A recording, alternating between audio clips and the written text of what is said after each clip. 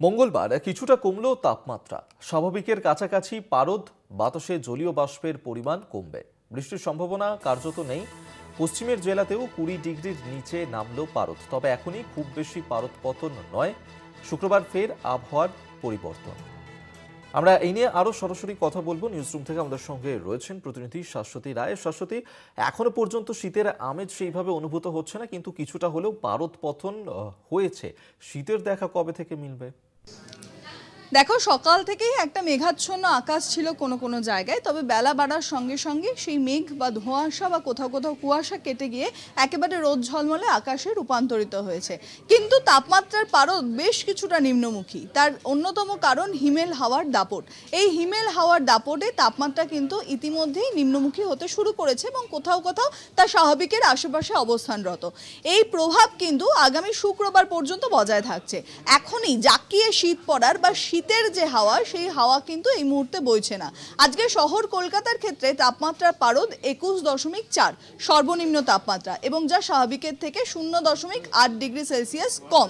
এবং অন্যান্য জায়গা অর্থাৎ বিশেষত বাঁকুড়া, পুরুলিয়া এই জায়গাগুলির ক্ষেত্রে তাপমাত্রা রয়েছে কোথাও কোথাও 20 ডিগ্রির নিচে। যেরকম পুরুলিয়ার ক্ষেত্রে রয়েছে 19 ডিগ্রি, রয়েছে আসানসোলে 19.5, বাঁকুড়ার ক্ষেত্রে সেটি রয়েছে 18.6।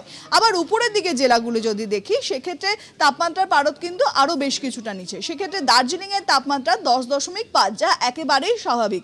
অপরদিকে রয়েছে আলিপুরদুয়ার, যেখানে তাপমাত্রা দাঁড়িয়েছে আজকে সকালে 17 ডিগ্রি, এবং জলপাইগুড়িতে রয়েছে 19.7, আর কোচবিহারের ক্ষেত্রে রয়েছে 18.6।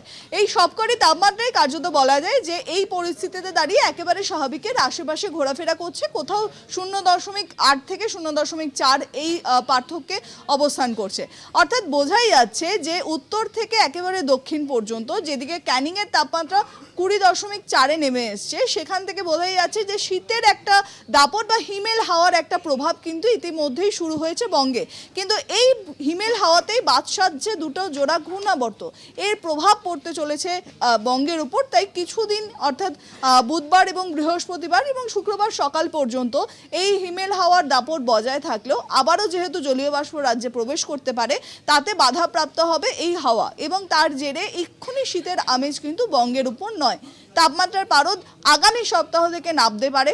সেক্ষেত্রে হিমেল হাওয়া আরও বেশ কিছুটা বাড়তে পারে, উত্তরে হাওয়ার দাপট আরও বেশ কিছুটা বাড়ার সম্ভাবনা রয়েছে, এবং উপরের দিকে জেলাগুলি অর্থাৎ পার্বত্য এলাকাগুলিতে দার্জিলিং, কালিম্পং এই দুই জেলার ক্ষেত্রে তাপমাত্রা সবার প্রথমে নিচে নামার কথা, এবং পশ্চিমের জেলাগুলিতে এই হিমেল হাওয়া বা উত্তরে হাওয়ার দাপট সব থেকে বেশি পড়বে এ রাজ্যের ক্ষেত্রে। তারপর ধীরে ধীরে তাপমাত্রা নামতে পারে উপকূলবর্তী জেলাগুলির ক্ষেত্রে। তাই আগামী সপ্তাহ বা নভেম্বর মাসের আগে পর্যন্ত এই পরিস্থিতি, নভেম্বর মাসের দ্বিতীয় এবং তৃতীয় সপ্তাহের আগে পর্যন্ত এই পরিস্থিতি বজায় থাকবে, এবং দ্বিতীয় এবং তৃতীয় সপ্তাহ থেকে হয়তো পরিস্থিতির পরিবর্তন হতে পারে, যদি আবার নতুন কোনো ঘূর্ণাবর্ত বা সিস্টেম বঙ্গোপসাগরের উপর তৈরি না হয়। তাই এই সমস্ত পরিস্থিতির উপর বা এই তাপমাত্রার তারতম্যের উপর কিন্তু এই নিম্নচাপগুলি যথেষ্ট প্রভাব ফেলছে, এবং আগামী দিনে কি পরিস্থিতি দাঁড়ায় বা শীত কতটা তাড়াতাড়ি বঙ্গে আসে, তার দিকে কিন্তু নজর রাখছেন আবহাওয়া বিজ্ঞানীরা। অভিক,